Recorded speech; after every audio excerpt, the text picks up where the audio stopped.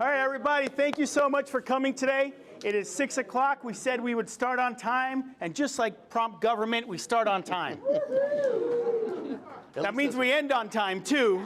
So we're here from 6 to 7. So what we're gonna do is we're gonna have about 15 minutes where Christian and I talk a little bit about some of the things that are important to transportation, that's what it says up there, and our priorities. From there, we'll take questions. Our hope is to have as many questions as possible, which means if you ask a question and then we give you an answer, that's the answer, right? And I'm sorry to say, but back and forth between two people, us and you, doesn't allow the other 50, 60 people in the room to ask their questions. So we want to be fair and get as many questions as possible. So please be respectful of that. Also, at 7 o'clock, they got to come in here and put tables in here because Pinal Partnership has a meeting tomorrow morning and 7 a.m. So they got to get this place ready. So yeah, we can't stay too much late, and the place does close at 7. So everybody knows this guy. This is Mayor Price. He has been the mayor for 10 years now. His anniversary was Sunday that just passed when he won his election. So 10 years as our mayor. My name is Vince Manfredi. I'm your council member, and I serve as a one-year term as vice mayor. We change it every year to a new person. So it's my year, and I'm your vice mayor. Cool? All right. So are those rules okay with everybody? Can you hear me? Who can't hear me? Sorry, Ed. There's Nancy in the back. Yeah. So also in the room, of course, is Nancy Smith. She is our former vice mayor and now council member. I took her spot. Back here, we have our constable, Glenn. Glenn Morrison is our constable, and he's here to protect us in case you guys get too rowdy. I'm joking, of course. We didn't ask him to come for that. He just comes to everything. There's more chairs up here. There's space available. And in that door right there, you gentlemen, if you want chairs, there's more in there. So feel free to grab them. I'd do it for you, but we only got an hour. All right, so we'll get started. And there's 4 key projects that we work on for the city of Maricopa when it comes to transportation. The first one is, of course, State Route 347, the infamous 347. The next is Sonoran Desert Parkway. Some of you have heard it being called the East-West Corridor, right? But it's Sonoran Desert Parkway. So 347, Sonoran Desert Parkway, from 347 down to the 10. And then this one right here, see that little blue dot right there? That's the Green Road Connector Bypass. Small one, but very important to us. And we'll go over it. It's a loop road. And then this one right here is I-11. Some people don't like the I-11 or even mentioning the I-11, of course, but that's another one that's a federal, state, us, everybody working on. Make sense? Questions so far? No, right? Good. So the 347, everybody wants to know what's going to happen on the 347. It's really important that we keep working on it, although I know just recently you've had some bad news. Well, we've all had some bad news. And the money that we decided to pay in a small cut of our sales taxes, and we've been stocking away, saving up, and we had $82 million. By the time it's all over in a couple months, we'll have $85 million, and we can't have it. And we can't use it because the Supreme Court decided that we can't. So the 347 fixes is a little bit of a problem. Oh, did you start? I did. I thought I hit it. Before you go any further, Go ahead. I want to identify something here. Who can tell me what this is right here, this shadow? Can't see it that well. What is it? Gila River Indian Community. Now, everyone say it with me. Gila River Indian Community. They're a sovereign nation. Yes. So, am I allowed to bulldoze any road across here to get to the I-10? Does anyone see another way to the I-10? No. There's a bit of a problem then, isn't there? Okay. Now, can you go this way, right? What's down here? Auction. Okay. So we're a little bit sandwiched in, but we have bigger plans. We'll talk about that later. But this is incredibly important because people keep saying to us, well, why don't you just go this way or that way, or why not connect this road or that road? That's why. Yeah. Gila River will not allow it. anything we want to do with even the 347, we have to have Gila River's approval. They must approve. Makes sense, right? Because it runs It's their land. right through their sovereign nation. Okay? Now, it is a right-of-way, which the state has, but anything beyond what is already authorized, which is exactly where we're at right this second, must be approved by them. Right. Must be. Even the way that it became to what we have now had to be approved by them. That is correct. Okay? So, go ahead. So the goal on a 347 is to widen the existing roadway to 6 lanes. That puts another lane on each side, 6 total. Add safety improvements and traffic mitigations. Those are overpasses, interchange, things like that, flyovers at certain intersections. Reconstruct the interchange at I-10 to become a diverging diamond interchange. That allows us to have free-flowing traffic at the 10. Because no matter what we do on the 347, whether it's overpasses, lanes, all of it, and we push straight forward, it'll just stop at the I-10 when everybody's trying to get on it. So a diverging diamond is important. And you know what that looks like? A diverging diamond, you start out this way on each side of the right-hand side of the road, right? And what happens is it ends up as a crossover, like that. And now you're able to turn left. It's really simple. If you've actually ever been up to Happy Valley Road, they had 2 big roundabouts up there. They pulled them out because they were so confusing, and they put a diverging diamond in. People love them because all you do is follow your traffic. All of a sudden, there's the left-hand turn, and there you go. You don't stop. You just keep moving. Right? And then when you get past that, you flip onto the other side of the road and you keep going. The best part about this is the existing roadway, as it is now, that bridge over the I-10 is large enough to do it. Now it will need repairs and it will need some upgrades, but for the most part, it's already big enough to do it. It just needs to be reconfigured. So the cost is not so much, and it won't be too hard to get it done. More than 40,000 vehicles per day travel to 347. 40,000. It's crazy, right? The estimated cost to do all that stuff we say above is over $350 million, and it goes up every single minute that we sit here. Because inflationary costs, all that, the cost to build anything has gone up, right? And the longer it takes to get the money is going to be more expensive. Adot is probably about $30 million. The legislature but we had to break some arms for $35 million to put the overpass on Riggs Road. And then Prop 400, 500. Prop 400, 500, 400 is the current tax in Maricopa County. When you go up to Maricopa County, you eat, you drink, you buy something. There's a percentage of that, what you pay up there, gets used for roads in Maricopa County. Thankfully, half the 347 is in Maricopa County.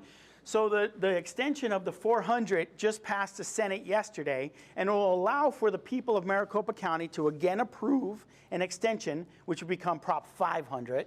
And 500 will allow for about $90 million in money for the 347. Now, I want to point out there, though, did you notice how I had to say something? Remember, we were just talking about what's called an RTA. That stands for Regional Transit Authority. We call it the PRTA, the Pinal County Regional Transit Authority. And that's what we voted on in 2017. Did you know that in the state of Arizona, that all counties have the ability to, with their board of supervisors, so you have a mayor and council that rule over a city, right? And then each county has a board of supervisors. And that might be 5 members or 7 members, but these members, they're the ones in charge of the sheriff and all these folks, okay? They have the ability to refer to the ballot an RTA for you to decide, do I want to pay for this, for transportation. Maricopa County is the only county in Arizona that does not have that authorization. They have to go through the state legislature and ask them for permission. Then once that permission is granted through a bill going all the way through both houses, all of the committees, all of the processes in which a bill can be killed, and then go to the governor, then it can go to the people and can be killed again. So thankfully, it's made it through the House already, right? It's made it. Well, they have 2 companion bills, right? And they've both made it through their houses. They've crossed over. So now one just passed the Senate. Hopefully the governor says, okay, they vote on it in November. They put that half-cent, I believe, half-cent tax back on their, they leave it on their taxes, and we get some money for the 347. So if you know anybody that lives in Maricopa County, tell them to vote for it. Yeah. We spend a lot of money up there as citizens of Maricopa.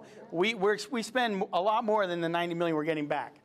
And then, of course, Prop 417 and 418, we talked about it just a little bit earlier. The Supreme Court decided that it is invalid, it's no good, we got rid of it. $85 million will be sitting in a bank, and for the next 3, 4, 5, 10 years. Are we getting interest on that money? Yeah, well, no, we're not. Other We're people not. What will, happens to right? it? And then that money, Good question, I'll tell you. they will decide what will happen with that money over the next couple of years. So let me explain how the RTA works there in that issue, because this is really critical to the 347. And I'm going to ask you in a straw poll here today to give us an answer, 3 members of your council here tonight, that we have to go back literally this next week and give our opinion on Monday. on what we think you all want, okay? Now, here's how this works. The PRTA was put together in 2015. And it started coming together, and then you run a campaign, and you figure out all the things that it's going to help in the county. And what you try and do is you try and get everybody in the county on board. Well, of course, not everybody's on board with anything, especially when you're talking about taxing yourselves, right? So who wants to pay for that? What am I going to get for it? And so what you do is you go through the county, and the Board of Supervisors says, well, wait a second, we want to make sure that Casa Grande's going to get some stuff built, and Coolidge, and Eloy, and Florence, and Gold Canyon, and Santan, and Maricopa. So we were going to get through this about total $620 million through the RTA over 20 years, half-cent sales tax going into effect in 2017 if the voters approved it, okay? With that money, Maricopa, between 2 projects, between 347 and the east-west corridor, we're going to get between $100 and $110 million. So $30 million for the 347, and the reason it was so low is because we did not know if Gila River was going to grant us authority to do that road yet in 2017.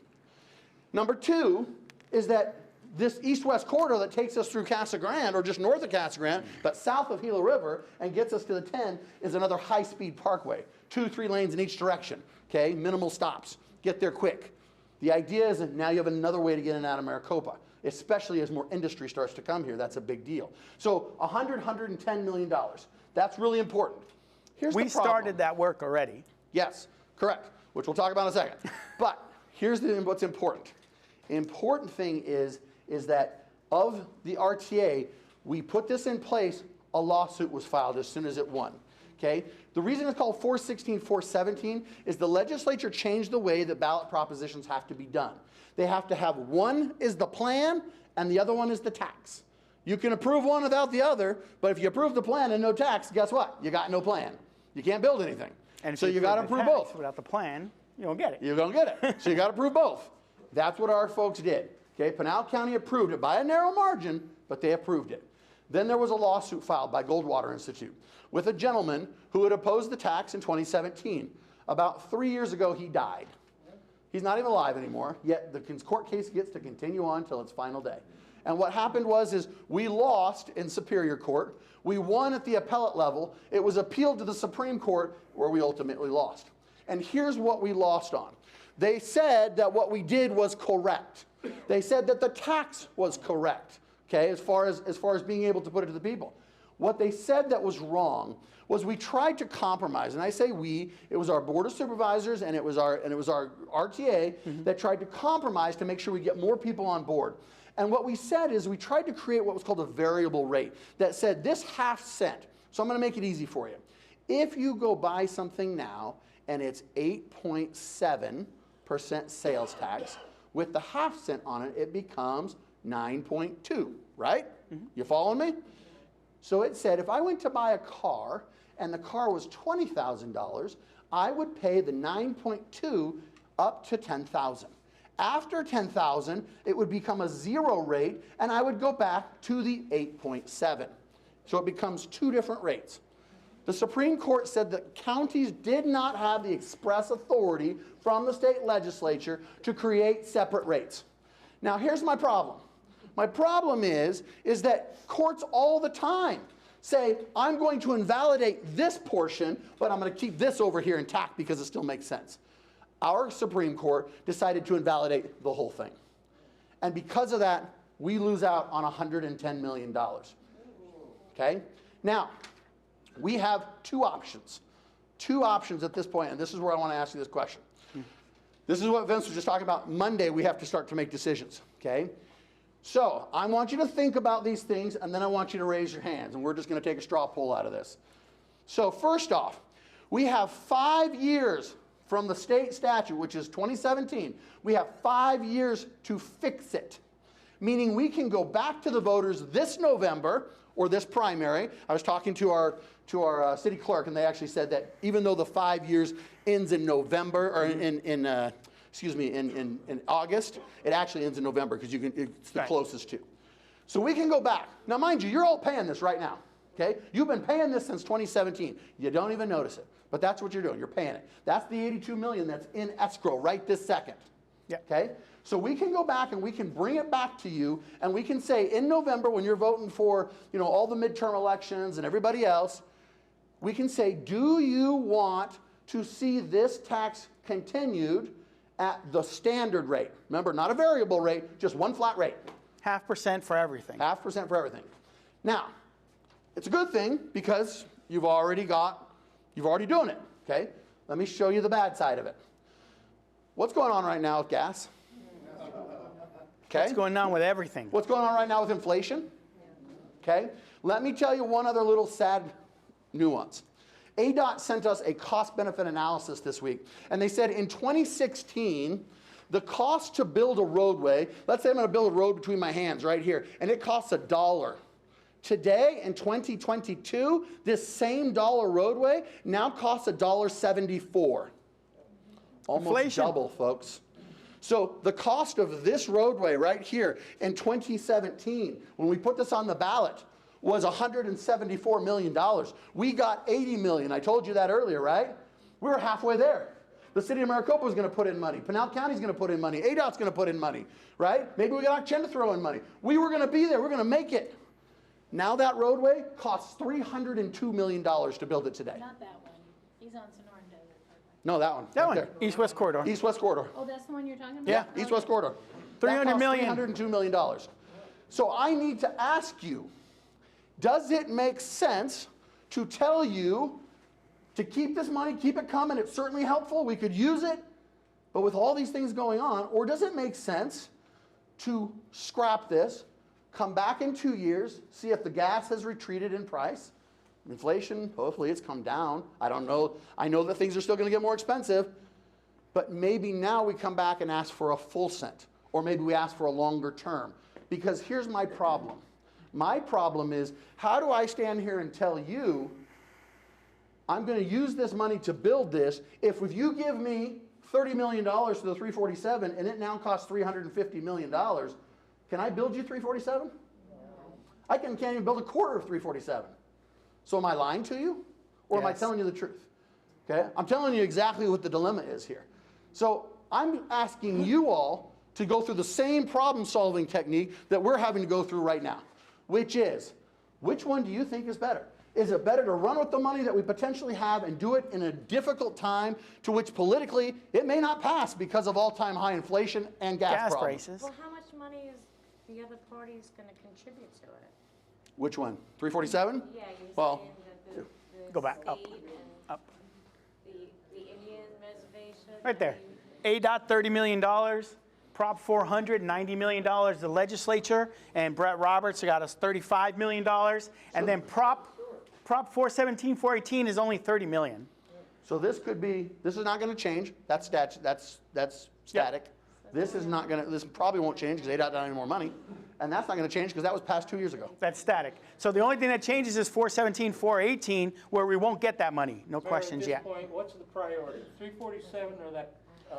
347 is always the Always priority. number one. Always That's the why it's priority. first. And And let's look at that first, take one at a time. But- Ain't but- gonna build them both at the same time. understand, but you have to, when you do a proposition, you have to tell the voters what I the money is understand for. that. So the money is going to happen to both those projects at the same time. We're going to take questions in a little while. All right. So let's move forward a little bit. Yep. So let's do that straw poll right now. Do you want us to keep the try and keep the half-cent sales tax in place and work towards money that probably won't finish all this, or do you want us to scrap it, start with a new 1 cent, a full percent sales It tax could be a half cent, it could be a full cent, it could be more later, years, I don't know. and extend it over 30 years instead of 20? Yep. Option A is what? Option A is pretty simple. We leave it Keep it alone. as Well, is. we ask them to leave it just as it is. Who wants that? Option B is we ask them to scrap what we currently have and then maybe come back in a year and or 2 years, and put in maybe a longer term. Instead of 20 years, we put it in for 30 years, and we might keep it at half cent or maybe, or 0.5% or maybe a little higher. Up to you guys to tell us what you want. So option A. Wait, you're gonna have to answer a few questions first. I can't vote until I know if we prolong it. If we prolong it, how long are we gonna have to wait instead of just going forward right now? Oh, so let me explain.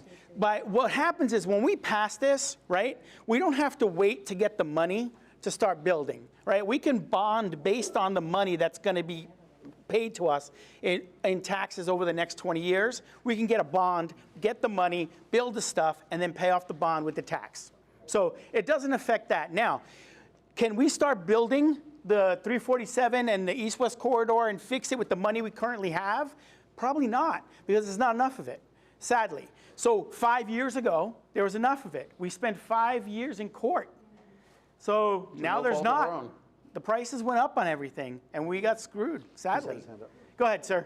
If the 85 million was basically, but the Supreme Court said that's invalid, you Yeah. can't do that. Yeah, What happens to that 85 million? we don't know. There, Well, let me explain that. I can explain that to you right here, okay? The way this works is under statutory code, it belongs to, you're gonna love this, okay?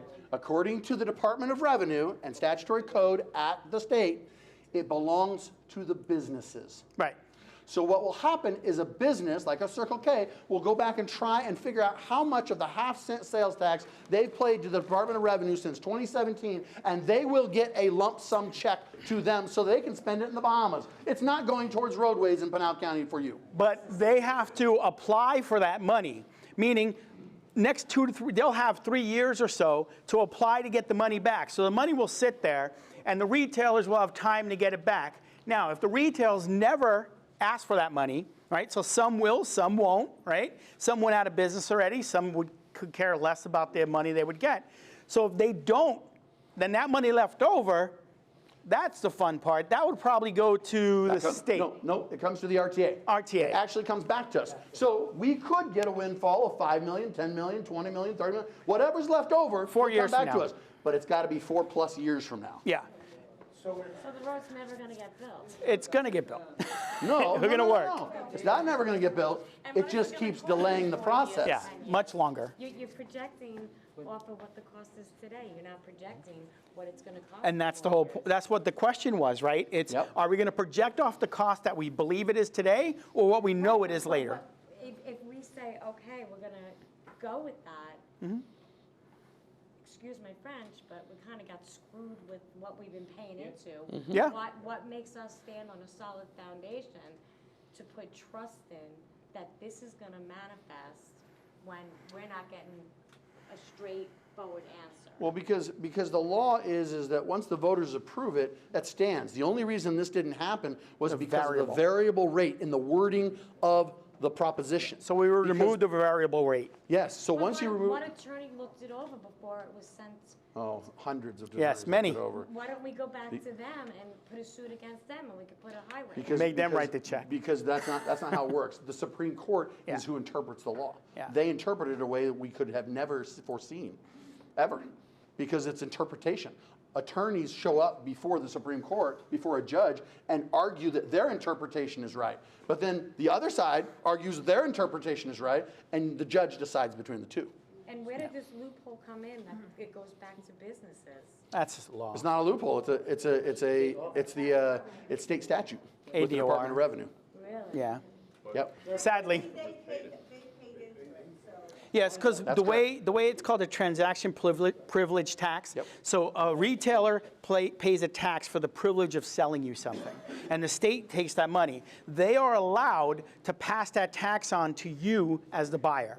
So they're allowed to, they have to pay the tax. It's their tax to pay, but they charge you for it. So it's passed on to you. So you paid the tax. It's their tax to pay.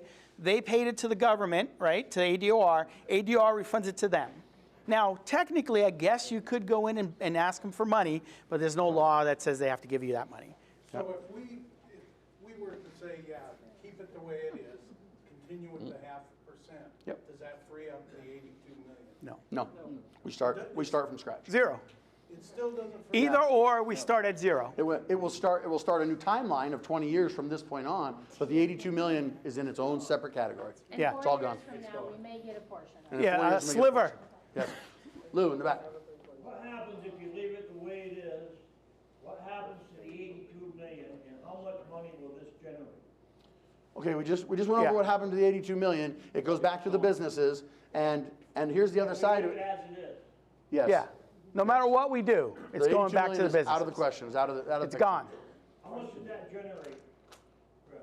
What do you mean, how much did it generate? It generated 82 million. 5%. 82 82 million. million in the last 4 years. Okay.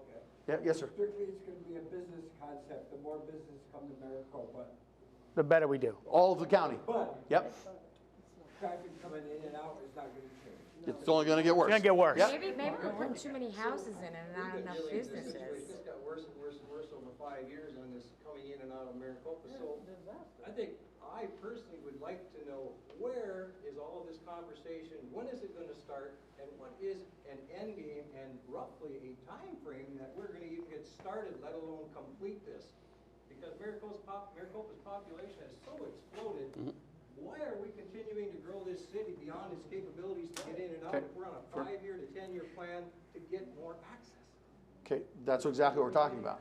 We're on a plan to get more access, but we got to solve, What's the time frame? you have to solve the funding problem first. Right. But give me 3 years, 5 years? Can't tell you. Can't. I can't tell you. The timeframe I don't can't make tell any you difference if you have because enough here's the money. problem is I could have told you that same answer 5 years ago, and we could have started building already. But we got threatened with a lawsuit to which we lost. So we're 5 years behind that. Right. We're 5 So years I behind can't what tell we you. should be at right now. Yeah. This is the problem. So what I'm trying to convey to you, what we're trying to convey to you, this is the challenge we're in, right? Is that we don't get to control our own destiny because we have others out there that own these lands. Go ahead, sir. You see? So And the roads. Saying that the reservations have an issue with us doing better roads or No. whatever. No. Why? No. How does that work? The reservation, which is the Gila River Indian community right here, right? They're okay with us fixing the 347. Right now, if we had the cash in hand, we could put the extra lanes in, we could put the overpasses in, we could put the interchanges in.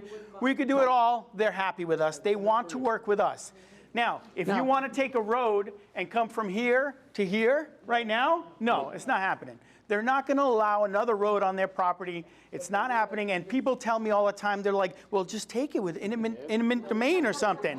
And I'm like, yeah, that's called a war. And that's not happening, right? So we're not going to war with Gila River to take their land from them to build a road. We have to work with them. And it's their land. It's their sovereign nation. So, yeah, they're going to work with us to fix the 347. They're not going to work with us to take more of their land. Now, mind you, we didn't have this in writing in 2015. We do now. In 2017. We have it in writing now. Yeah. Gila River is willing to work with us. They want to work with us. They sent a letter to ADOT. They want to work with us. It is their number 2 out of 4 priorities. Go ahead, sir. I know I saw you guys had a meeting with Cinema and them, Yeah. and there was a big, huge infrastructure bill. Yeah. Can we tie any money in that? Absolutely. Yes. Absolutely. Yes. But here's the thing you got to know about federal monies. It also takes a local match. Yeah. So you have to have money on the ground here if you want to pull that money down. It takes Otherwise, money it's to get the invalid. money from the feds. And every time you add money from the feds, you got to do more studies. That's Yeah. another problem. And It the makes it more taxes, expensive. the tax would allow us to have money that would then allow us to not borrow, but get money from the feds. Dan, go ahead. So hypothetically then, if we get this new ballot proposition in Yeah. in the fall, and that goes on, and we are successful with that, then can you bond towards that? And then The new one. the new one, Yeah. over the 15, 20, 30 years, whatever it is. Yeah. But then can you bond against that to get the construction started? The new one, you can start working towards bonding against, as long as we're not sitting in, somebody suing us. But we have law now that says as long as you don't have the variable rate, we're good. In a perfect world, you get that, and you can get the bond, then okay, how long from then before? So it'll be done in phases because another problem with the bond Portions. is that you need to have enough money in the kitty, right, that you have raised over the time. Because remember, back in 2017, we didn't have this discussion. Let's go out and get a bond now. Wrong, because we got put into a lawsuit. Plus, you had no money in the bank, right? You had to wait for it to accumulate. It rolls into the Department of Revenue year over year over year. So when you have money, that's when you can bond against it. You get a better interest rate and a better bond rating. So you have to make that decision. Do you go straight out of the door and get a higher interest rate, which means you have less things you get to build in the long run? Or do you wait till it's built up a little bit so that you can get a better interest rate and build more in the long run? Plus, you're also going to phase it. We're probably 7 to 10 years out. I would say that's 7 to 10, but I wouldn't say that's worst case either. You just don't know right now. That's that part. Design, environmental. Yeah, it's gonna take long, especially if we go federal money, the environmentals are crazy. This is Teresa Martinez. She's our state representative, and she had a question for us. I did. So how much? How much for that 347 to get us started? Like, what's that ballpark number? Well, originally it was 200, 250. Yeah. Now it's $350 million. Yeah. 350 million. So if anybody has a wealthy uncle that wants to write a check. A billionaire preferably. Yeah. Tear down, you won't have to build it up again. It They'll will be plan built to in the advance. standard by which everything can attach to it when it's ready to be built. All right. So it'll be 3 lanes wide both ways no matter. That's correct. Yeah. Now I will No, say this. there's other ideas, too. It's probably going to only have 2 lanes striped on it because you're not going to have a lane that suddenly goes from 2 to 3 and then get back to 2, right? And get on the other side, right? You'll have all kinds of accidents, and that's not going to help anybody. And So- bottleneck. And bottleneck, right. So the idea is to put the fix in, but have it ready to go and open right when everything else is ready. Go ahead. Is the reservation donating any money to help with the 347? Well, the reservation, so Gila River Indian Community, I don't expect a check from them, but what I hope, and we can work with them, is the land itself, right? Because there's some portions of the 347 we'll have to get right away from them, especially, not right away, but the right of way, Yeah. right? Where, especially if you watch the fence as you drive up on 347, the fence comes in a little bit towards the bridges, right? So we're gonna have to push that fence out. So the land on the other side of that fence will need to move the fence. So on that part, if we can get them to donate that land, that's probably good enough for Gila River for me. But remember, a lot of what needs to happen on the 347 impacts them. Their members die on the 347 just like our residents do. Their members use the 347 every day just like our residents do. Their businesses that they have, and they keep building tons of them up, right? Up on the Maricopa Road there. Those businesses need the 347 fixed. So that's why you see them now saying, yeah, we can work to fix 347, let's get this done. So right here. Because there's benefits. So right here, I just drew exactly what he's talking about, right? You know how it widens in certain areas and narrows in others, right? So we know that you can easily just take this portion here and make 3 lanes out of it, piece of cake. But this portion's too skinny, so you're gonna have to take their land. So they will demand payment for that. If they can give it to us without payment or cheap or some other option, that's the same as giving money, because now we don't have to buy it from them, right? See? So that's If exactly they one can of the donate reasons the that we land, have. that's their contribution, and I believe it's a big contribution if we get it. Next question. When are they All right, we're gonna done. get that On- light working at Maricopa and 347? Are they gonna turn that light on? When does that light go live? I didn't hear your question, I'm sorry. When does the light go live? On old Maricopa So Highway? I'm not sure, actually. It's hard to say when it's gonna go live because they haven't paved the other lane yet. So just, I don't mean to get off 347, but this is part of it, okay? You gotta understand, they came to us a few years ago and told us, guess what? There's gonna be another light there. I threw a freaking fit, okay? And We were not very happy. I was like, oh, hell no. I said, you don't know what my people are gonna do. And I mean, they're just like, well, but Gila River's paying for it. Okay, now we're both members of MAG. MAG is the Maricopa Association of Governments. That is a transportation planning agency that works hand in hand with Adot. They're some of the smartest people in the world. Okay, and I'll tell you what, I went to MAG and I tore them up and down and I said, we are not going to allow this. We cannot. But I also got to be careful. Can I tell Gila River to shove it when I need them to approve the 347? Of course not. So we got to find a balance, right? So what we did is we went back to the drawing board and they said, we can create something called a high T. And what a high T does is it says that as you are turning off of Old Maricopa Road and you want to go left on the 347 or basically east, right, and turn across traffic, they will create a turn lane by which they hit into an acceleration lane. So northbound, it doesn't have to stop. Okay? Northbound will keep going and they will turn in and they'll come alongside of you and then they'll eventually merge in. So northbound will always be green. Northbound will always be green. Southbound, can't make that promise. Yeah. And so what I tried to do is I tried to say, look, why are you doing this? And this is what they told me. Well, it costs us $30,000 every time we have to have ADOT come out and put this here so that we can get our people out of events. For special events. So we don't want to do that anymore. We'd rather just pay one lump sum of a couple $100,000 and install a light. Well, it's on their land, and they're a member of MAG, and they're paying for it. So how much leverage do I have here? None. Okay, but I was able to get this because I tried to say, I was able to get the high tea out of it, I was able to get that concession, but I also tried to get them to say, will you only turn it on when you have an event? Please. I agree. They did not say yes. They did not say no. What I just got They did not say yes. what I just got from Mike was it will be on when there's no events. It will be on. So when they do turn it on, it's going to be on. But the good news is going north is going to always be green. So that's the good news. But we'll see. Going south, it's not always going to be green. You'll have the red light because I got to make the left. Now stop here for 1 second. Okay, I don't want to leave a bad taste in your mouth in any way, shape, Yeah. or form. I know this sounds negative. I'm just giving you the challenges we face. Every day. One of the things, and this is going to go to your question, sir, in the blue. One of the things you have to understand is that when we are a city of 20,000 people, and Gilbert is a city of 200,000 people, where do you think the limited resources that ADOT has go first? To us or to Gilbert? Gilbert. You got it. Well, they live up there, they don't live down. No, ADOT is in charge of every roadway of the entire Throughout the state. The entire state. They have to treat them all equally. But if you have limited resources, where are you going to put your prioritization of money? More people. Where you're going to get your biggest bang for your buck, right? Where more people travel it. That's why I-10, I-17, Highway 89, when it slid off the mountain, all those get the priority. Yeah. Now, let me ask you a question. When Maricopa was 20,000 people, they didn't give a crap about us, okay? But all of a sudden, when we told them we wanted an overpass here, they laughed at us. But when we showed up with $30 million and said the whole total price is 55, and we got a Tiger grant from the federal government, which is harder to get than it is to get to Harvard University, by the way, okay? That's pretty darn cool. And what happened is they were forced into dealing with us. You got to give them no choice is basically As it. you continue to grow your population here, what does that do? It creates a problem with traffic, right?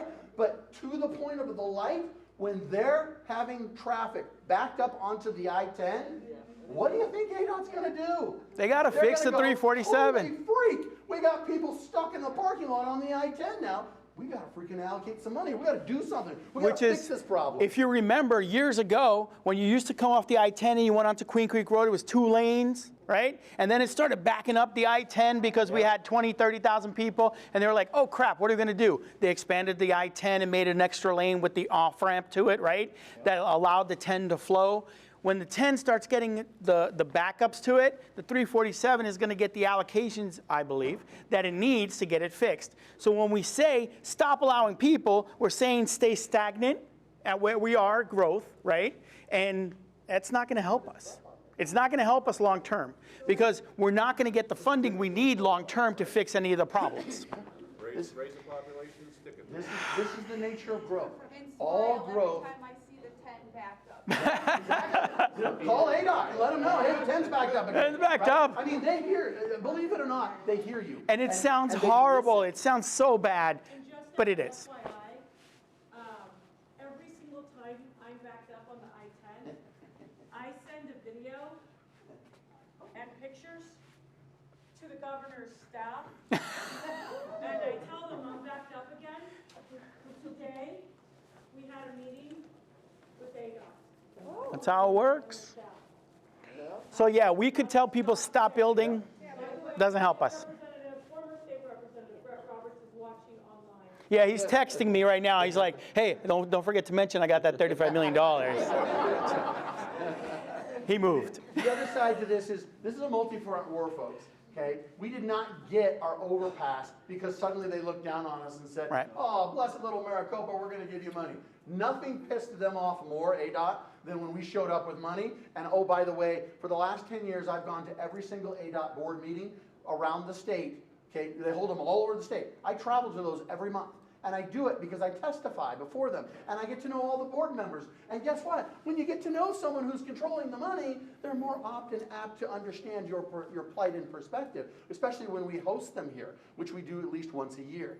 Okay? So these are all positives that are working in our direction, that it's a multi-front war. So every city has challenges. Every place has growth problems. There's not a city in this country that didn't go through some series of growth problems. Now, the challenge we have is we have a whole host of nasty problems with federal type of stuff. We're the only city in America that's surrounded by 2 Indian communities, so that makes it challenging. We have flood control problems. That deals with FEMA and the U.S. Corps of Engineers. That's a problem. We have burrowing owls. You got to go to Congress to get funding, right? I mean, every time we turn around, we have a rail. Right? Federal rail. That land is deeded to them in perpetuity back to the 1800s, folks. And there's nothing we can do about it. Nothing. So at every turn, we're boxed in. But what we do is we can sit here and we can cry about it and say, oh, woe is me. You know, I'm going to blame them. I didn't do anything. Or we can bust our rear ends and we can find every possible solution to leverage every aspect that we possibly can to make these things happen. And guess what? It works. And in fact, I'm going to tell you something else. It is because of our success of the 347 overpass that the Adot State Transportation Board now says to everybody that comes up to them and says, hey, I got a problem, I need you to give me money to fix it. And trust me, come to some of these meetings with me, and you will hear problems all over this state that make ours look like a pittance. I'm not kidding you. You're going to feel real bad about how much you complain when you hear about some of the other things going around the state. And guess what? Adot's not giving them money either. But here's the thing. Is that when they come to us and they hear us and they see us all the time and they know us, they now say this, and I quote, guys, City X, County Y, if you want this fixed, you better follow the Maricopa model. That is what we are the Maricopa model. The Maricopa model. And it's fighting to bring the money together like we've been doing here, like we did for the overpass, and then bringing it to ADOT, bringing it to the state and saying, now you need to help us. And they have to, because they can't sit there with us having the money and say, well, we're not going to put this extra money in to do that job. They just can't. It doesn't happen. They have to do it. And that's what we need to do. So I don't want to say I laugh, but I kind of chuckle when I see online, and I'm on Facebook, in case you didn't notice, when I see people online say, you guys don't do anything. Really? Really? And then I say, follow us for a day. Come with us for a day. Go with Christian to a transportation meeting and spend 2 days in Yuma, all right? Or wherever else they decide to have it. Well, it's good if it's in Sedona. Then you want to go, right? But you don't want to go to some other places. Go ahead. So does ADOT recognize certain stretches of highway in this strait and prioritize them because of the amount of deaths that occur on a small amount of roadway? Because other states, when they have the recorded deaths that 347 has had in the last 5 years, they bypass a lot of the stuff we're talking about tonight, and they recognize human lives are more valuable than 100 million or 150 million, and we can't let another 100 people die on that highway, so let's get it done in 3 years instead of the 15 it's going to take to go through all the things we've talked about tonight. Yeah, it's failure rate. Yeah, so everybody, they do that, right? So they'll look at it and look at what's called failure rate, right? They want to see if the road is failing, and they'll fix it. It's kind of like what we just said. There's going to be backups and accidents and deaths. But the reality is, I know people are not going to believe a lot of this for here, but the 347 doesn't have as many deaths as the 17 or the 10 or the 60 or the 202. Right, I understand that, but when you look at it, it's not even in the top 10 for deaths. And so when you look at it, we believe me, we fight that people are dying. We talk with Gila River, people are dying, their people are dying, our people are dying. I don't want to say use, but we explain to people that that's what's happening. And one of the weird ways, not weird, but one of the ways you get funding from the federal government, even the same way, because when we went to the federal government and we're looking at our Tiger grants and we're looking at the money for the overpass we put in, right? And there was a death there, and somebody passed away right at that intersection, right? They had a motorcycle accident, and you put that in, you talk to them about it, and you talk about the safety. And the safety was that overpass had to happen, or there's going to be more deaths. So we understand that, and we work on it. But you also have to put it in perspective. Okay? And here's what you need to understand, is that if left to its own devices, to come around at the time in which ADOT would apportion it, it would be 35 years. Yeah. That's exactly what our overpass was slated with them. 35 years from the time we brought it to them, we'll get to it. Yeah. We made it happen in 15. Right. Now, looking backwards, we're going, well, how do we ever live without this, right? Looking forwards, like, oh my gosh, this is never gonna get here, right? So it's about perspective. And I understand exactly what you're saying. We use those stats every freaking time we talk to them. And that helps accelerate it. But if left all by itself, alone, just to happen on its own, it will be 35 years before the 347 is ever fixed. With our pressure, with our money, with our leverages, with all of these pain points we're putting on them, it will happen in far less time. Okay? Maybe it's 5, maybe it's 10, maybe it's 15, but it's not 35. I have a map of the 347, and it shows the entire 347 and every accident that happens on the 347. And you see it as a bar graph on the 347, right? So you see Ridge Road is the top of the bar graph, right? And then you see our legislature approves $35 million for overpass at Ridge Road. That's how we do it. So we are really pushing for everything. It's all failure rates, it's traffic, it's backup rates, it's accidents, it's deaths, it's everything. Nancy? So mayor, vice mayor, and state representative, we know that ADOT is pressed for money. However, we know that the state has a surplus. What are we doing to have them do emergency funds for roads like 347, or what action is happening? So that's part of what Teresa is all about. She just mentioned it. She just mentioned it. So it's a great leading question. It's hard to say exactly what, because we didn't run a bill this year, okay? In part because of where things were with 416, 417. And we just didn't know, right? We got $35 million last year. We got $35 million last year. It's hard to go back and ask again. You know, the legislature gets a little funny about that sometimes, right? They like to give it to the planning organization, and here's why. The planning organization cannot, even this $35 million, they have to have a budget that is from start to finish capable of building, right? It's called fiscally balanced. And you cannot have a non-fiscally balanced project in there. So the legislature can't grant something and then leave the end hanging off, right? That's a bridge to nowhere. So we're gonna build half of a bridge and then just stop and have wires hanging out? That's gonna be real popular with the taxpayers. And then the legislature's gonna reap the whirlwind for it. So they don't like doing it. So they like to give the money in one lump sum to ADOT and say, you're the transportation agency, you figure out the plan and you figure out what's going. They really don't like it when folks like us come and say, hey, but we need money for X. Right. However, because it does happen, it's happened before, and it is a precedent, and you have someone inside the legislature pushing for us, then we don't know what we're gonna get because we don't know where the budget's gonna end up, right? That's where the leverage and the horse trading inside the legislature begins. But we have somebody who's working that angle for us because the governor's got all kinds of money. The governor's got money in which they've got ARPA funds, right, from the federal government. We know that there's $5 billion coming to the state from the feds through the new infrastructure law over the next 5 years. And we know that the state is in an all-time high surplus. So each of these have a potential segment to pull down money, to which we are taking advantage of every single one of them.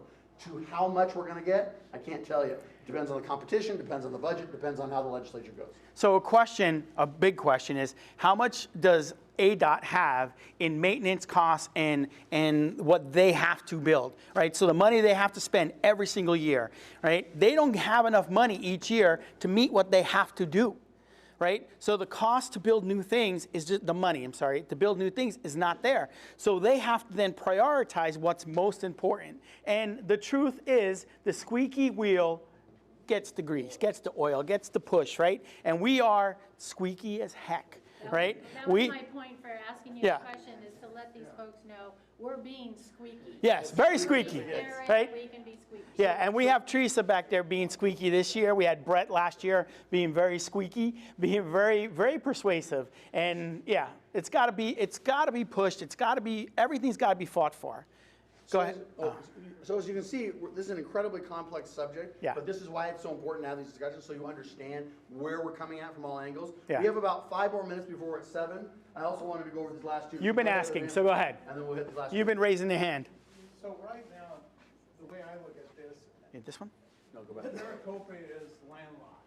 Yes. So with Maricopa being landlocked by the Indian reservations, does ADOT look at that and say, well, your growth potential is only No, because one of the things you don't understand is that this might be our incorporated city limits. That's 50 miles. Our entire planning area is this. And then it turns blue. That's when we take over the world. You can't tell. So this is us right now. You see us, wait, what happened? I went too far. There it is. That's us right now. This is where we're sitting right now. See the black line? That's Maricopa's planning area, all the way down past the I-8. This is Gila River up here. This is Akchin right here. Maricopa is going to circle around and take all that land eventually into the city of Maricopa. You'll Sadly. all be dead by the time this happens. Yeah, yeah. just so you Well, know, yeah. okay, including me. We'll all be dead. But that's the future. That's 250 square miles. So the answer to your question, are we going to stop growing? No. In the next 10 years, we're going Says to, no. next 10 years, we'll probably have 125,000 population, and that doesn't include all this stuff down here. That's this here, right here, already. In the next 10 years, you'll be at 125,000 people in this city. I have a question. That green corridor bypass thing that you. Green Road. Yeah, let's go back to it. Wait, on this map here, where is that? I'll show it to you right now. So we, wait, where are we? So we are here.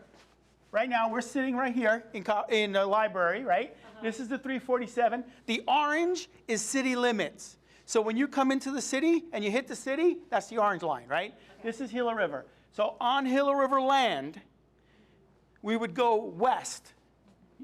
Then we would come down by Green Road, right? So if you go on the 238 and you start driving out and you know where the water park is going, right there, that's Green Road, right? So it would go out that way, make the left, come down to Green Road, go over the railroad tracks into Maricopa Meadows, come out around Altera, and bring you back on the 347, allowing us to bypass all the 347 in town and take all those garbage trucks off of it, take all the people that live on the south and they just want to go home, they don't want to go shopping or anything, takes them off and down and takes right, like Meadows. There's a really important distinction here.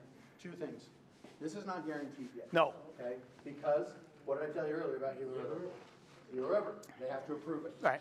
Here's what's interesting about Gila River, at least at this section, is this section is controlled, it's right by our no man's land. Yep. You know that part when you're leaving the city and you kind of see the fence and it's like over here and there's some stuff in the middle and you're like, they claim it, we claim it, it's no man's land, right? Just leave it alone.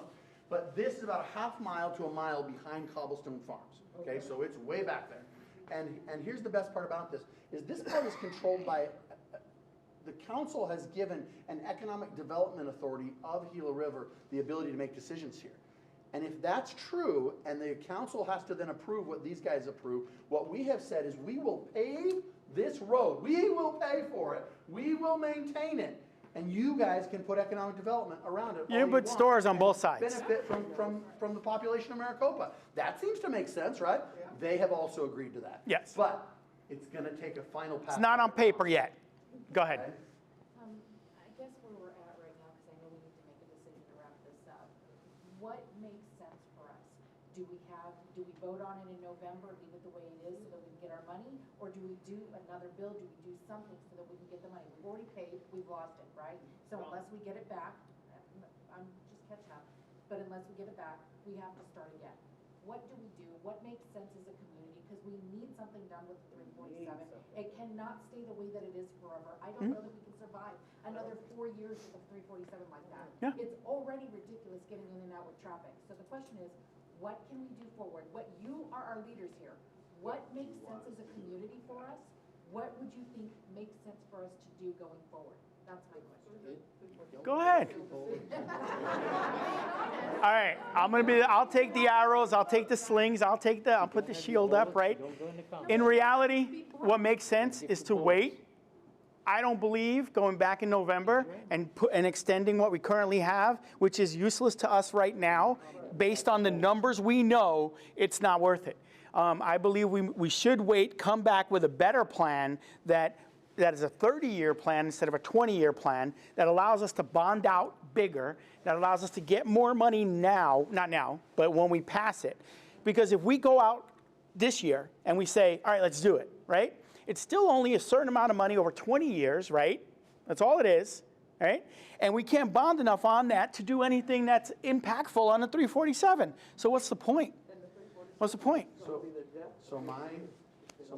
what's your choice? My honest answer is that it's really hard for me to say, because I have been successful with ADOT by leveraging money that I have. Yeah. To leverage that money with ADOT is more powerful than anything because it's the Maricopa way, right? It gets things done. But I cannot leverage a portion that is not even close to half of the dollar cost. How do I leverage that? Nancy, I do you can't. want me to put you on the spot? So as painful as it is for me to say, we have to face an absolutely significant reality. Forget about the 80 million, forget about the 30 million on there, forget about the 100 million. The fact of the matter is that this roadway in 5 years now costs double what it cost 5 years ago. 600 million. We can place the blame anywhere we want. I want to place it on Goldwater and the dead guy, you know? But guess what? It doesn't do me any good. I have to understand one key thing. If I go buy a hamburger today, it costs me more than it did 5 years ago. And if I want to build a freaking roadway that's going to save my life, it's going to cost me more than it did 5 years ago. Yep. So my painful estimation is that we have to do the hard things. We have to do what's going to be the hardest, and that is wait some more time, put the appropriate measure so that we can actually put a funding mechanism in place by which actually grants us a chunk of change. Like I said, we can only do 30 million. This is in phase 1 of the current PRTA. But it doesn't do anything because we didn't know Gila River would approve it. Now we have it on paper and in writing that Gila River has approved it. Yeah. Why wouldn't the next PRTA come back with a full cent and $100 million towards the 347? Right. What's the timeline? How long do you have another, before you have another funding measure? So it could be 2 years. next November. So not this one, the next one. So a year and 8 months before you can vote on it. And then a couple years to build up enough to start bonding. That question can't be answered because we have to have money to bond against.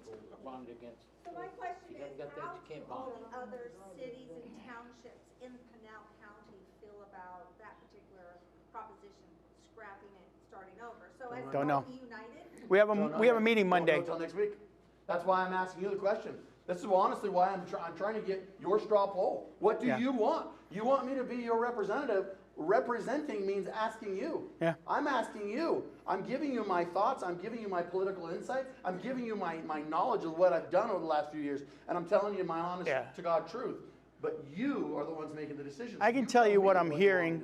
I can tell you what I'm hearing from other people, not just you guys. What I'm hearing from other folks when I ask them the same question, it makes sense to wait because we can then actually fund something. Because what good is having $35 million if it costs $80 million?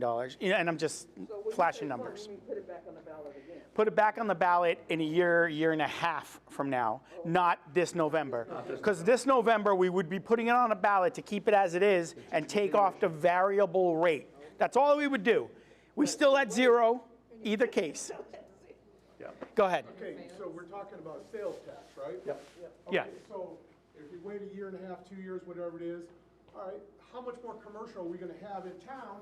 So how much more sales are we gonna have to generate actually more funds? It's not only sales in town, it's sales throughout Pinal County, right? So when you look at all the growth that's happening, it's great. So I'll throw something out for you guys. When you go over the overpass on the left-hand side, there's a bunch of dirt. It's called Maricopa Station, right? And currently we're looking at, I think it's a little over 25 letters of intent for businesses that will be building there, stores and restaurants. And that should break dirt and start building pretty soon. Next 18 months, you're gonna see a whole bunch there. And it's a real shopping center. It's big. And so you know that now before most people ever heard of it. Dang, it's live and the press is back there. But it's gonna be a huge influx of businesses. So we need another We need 2 more. Been going to Maricopa County. Yeah, right. So people will stop going to Maricopa County. What we need in Pinal County are car dealerships, right? We need that here because that's the big ticket items, right? Because you can buy as many shirts as you want here, but tractors and boats and you know the Bass Pro Shop, those things. That's what we need here. The big tickets. They're selling us the homes. Yeah, the homes pay. So homes pay pay sales taxes. Go ahead, you know, green shirt. Go ahead, sir. Go ahead. No. Switching gears, I go to Casa Grande from Yeah. time to time. Is the city working with the city of Casa Grande to improve the Maricopa Casa Grande Highway? Yes. Yeah. That's basically what the That's this right here. This is the Casa Grande Highway right here. That is more than half of it. Yeah, that's part of East-West Corridor. And it is dealing with it based on an industry corridor. But remember, Casa Grande Highway is not, it doesn't go Maricopa, Casa Grande. It goes Maricopa, Pinal County, Casa Grande. So there's a space in between, right? There's Pinal County spaces in there. So it's working with Pinal County and Casa Grande, and then to bring that forward all the way through to the 10. So I wanted to. We are at 7 o'clock, by the way, and I don't see need- staff I need in to here answer yet. this gentleman's question here. Go ahead. Okay? And this is, I'm going to keep it as quick as possible. Okay, the question is why don't we stop the growth if the roads aren't here today? Yeah. Okay, here's the fact of the matter, is that, did you ever hear the bridge to nowhere? Yeah, Alaska, right? Alaska, Yeah. right? And what Alaska said is, well, wait a second, we need this bridge because at some point, we're going to have a big population on this island. Since that day, you can't build things that way. You can't. You can't, and here's another issue, is that in a climate like Alaska's or Arizona's, and I'll give you an example in a second, does it do us any good to lay a roadway where there's no cars really going over it and we're just going to come back and later maybe there'll be a neighborhood that develops here? Does that help anyone? Because in about 5 years, that asphalt is going to dilapidate, it's going to deteriorate. And now instead of it lasting the 20 years it was supposed to last with cars going over it, dropping oil, and then it gets reslurried and that type of stuff, you can make that roadway last 20 years for one payment of putting it down. If you leave it 5 without cars going over it, you have to fix it. We know that here because remember in the recession, all the neighborhoods that came in and you built the walls and they had the sidewalks and you had the roadways? We've had to redo every one of those roadways and every one of those. The roads in Tortosa had to be redone because there's no houses on them and no cars parked on them with all the grease. It's crazy. So what happens is cars and roadways run a symmetry with one another. And so you cannot build one without the other, but you cannot do one first. Because if you do, it will only cost you double and triple. And I don't know about you, but aside from us talking about doing a half-cent sales tax in here, the last thing I know any of you want us to do is for the city council to come in and say, guess what? We paid all these roads just in case, and then now we got to rip them all up, and your property taxes are going to double tomorrow. Yeah. You'd love me then. Yeah. Right? No. You wouldn't get elected. Go ahead, sir. I wouldn't elect me. No, I wouldn't either. So you had mentioned something about the railroad overpass. Yeah. Has that already been approved? Yes. Yeah. When's construction? Well, when you say approved, there's not a design yet, right? So what they've done is we've got the money approved, the cash.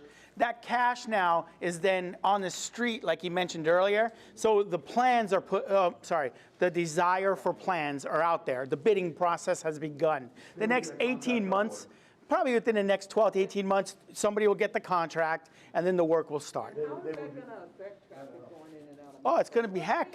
It's going to be heck. It's like, It's the same way, it's the same, oh, do you mean during construction or after? Yeah, during construction it's gonna be hell. And sorry I cursed, sorry. But just like when we put the overpass in, it was heck, and I live south of the tracks. I remember texting this guy before I got on council, and I was like, hey, we gotta get an overpass. I'm sitting at the stupid Amtrak, and he put his hand out the window. He's like, I'm 2 cars ahead of you, dummy. I'm like, like, son of a. So we're sitting at the Amtrak, so we understood it. And then when the overpass was being built, the headache that gave us, but now it works pretty dang good. But remember something there. Do you remember that they created alternative bypasses? Yeah. Do you remember that they did a little flyby at one point when there was a problem? Yeah. Okay. This is what you have to remember. Yes, you're going to have people that slow down for the looky-loo. Yeah. They're going to slow down because it's different. Because, I had people after the overpass built saying, I will never be able to get to Walmart again. And I went, what are you talking about? Yeah, make a left. Before there's only one. Well, it's different. It's change. People don't know how to handle it. Yeah. Okay? But what will happen is they will grow accustomed to it. And so what will happen is, yes, you will now have to go to the side of it instead of through the light, like you're normally used to. Instead of doing 85 miles an hour, you're going to probably slow down and do 50. It's 55. It's 55. Well, you're going to do 50. Yeah. The point is that they will provide ways to get through it. They will also do work at night when necessary. If you remember the building of the overpass, they did the same thing. Most of the work is done during the day. People all the time say, why don't you guys do work at night like on the 347? It's double the money. Project. It triples the cost, folks. It's crazy. Because none of those people want to work at night. You all want to work at night? You got to pay the nighttime differentials and all that stuff. And guess what? It's hazard pay because it's a lot more dangerous. Yeah. So the We fact just of had the someone matter die is on a you have to 347 do working on it. out where you're gonna do it tactically, strategically, so that you can stay in budget, get it done on time, and ultimately, hopefully, keep it as low cost as possible. Because that comes out of your pockets. Do you ever talk so long that people behind are saying, hey, cut it off? That's the employees that work here and want to go home. Because we close the library at 7. So we'll take one more question or so. Go ahead. I just have a quick question. We talked about 347 and expanding it. Yeah. And all that in the right of ways. Thank you for coming. May have nothing to do with it, but what about all the memorials that are on the 347? What happens to them? ADOT picks them up and actually stores them. Yeah. It's funny, I actually heard a presentation at an ADOT meeting about this. They have huge storage units that the state pays for every month that they have picked up when they can't get rid of it by law. They have to wait for someone to come and ask for it, and then they have to go search for it. But it's not replaced unless it can be. But if the roadway is widened and it can't be replaced, it's taken. I ain't saying it. Okay. Yeah. All right, so thank you so much for coming. Now, my cards are in the back, his cards are in the back. Pick up a card, email us, talk to us. You'll notice both of us are all over social media. Thank you very much. Thank you so much.